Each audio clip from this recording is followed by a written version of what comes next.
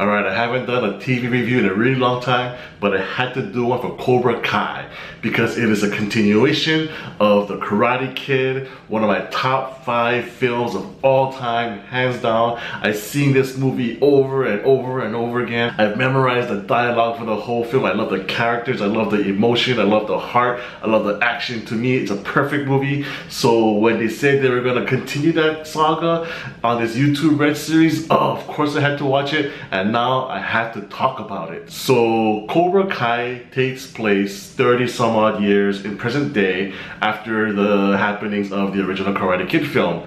Johnny Lawrence, who was the leader of the Cobra Kai gang, is now a washed up guy in his 50s, I'm assuming. He drinks every day, he has no job, he lives in a shithole ghetto apartment, and he needs to turn his life around basically. So in order to do so, he reopens up the Cobra Kai dojo looking for students that he can train the way that he was trained when he was young. On the flip side, Daniel LaRusso has been doing very well for himself. He's a very well-known car dealership owner, he's rich, he's a country club kind of guy now. He has a nice bougie house up in Encino, married with 2 kids, living the picture perfect American life. But when he finds out that Cobra Kai is reopening up, that brings back those haunting memories from when he was in high school, and he does what he has to do in order to stop Cobra Kai from becoming a popular dojo once again in the valley. Now, what I absolutely loved about Cobra Kai is that it takes the elements that we all love from the original film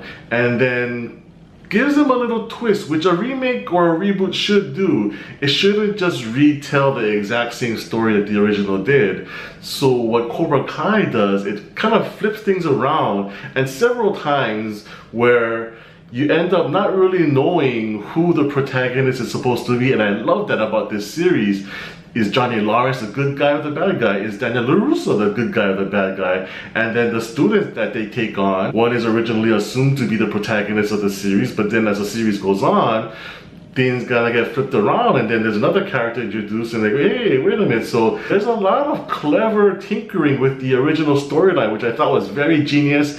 It was really, really well done. And much like the original film, there's a lot of heart in this movie too, and a lot of comedy too. Johnny Lawrence, he's basically that high school jock that you know who was popular in high school but has never done anything past that. He's still living in those glory days of high school where everyone has moved on. He still drives the same old car from high school, he dresses the same way, has the same beliefs.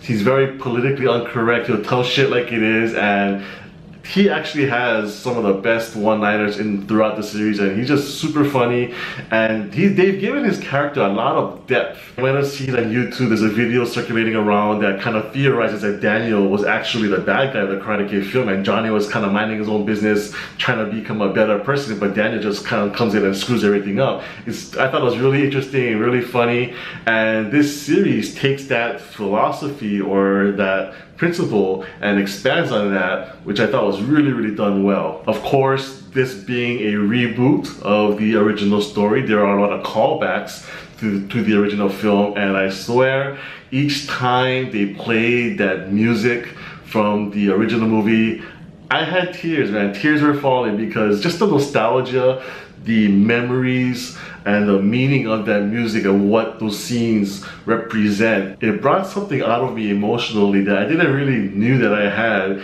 and it really made me realize how close to my heart I held that original film. So each time you hear that music, bum bum bum bum, bum bum bum bum, like, oh man, it just makes you reminisce. And they don't play it just as fan service. Those scenes where they do make those callbacks to the original film really do mean something and represent the current interpretation of what those original scenes meant.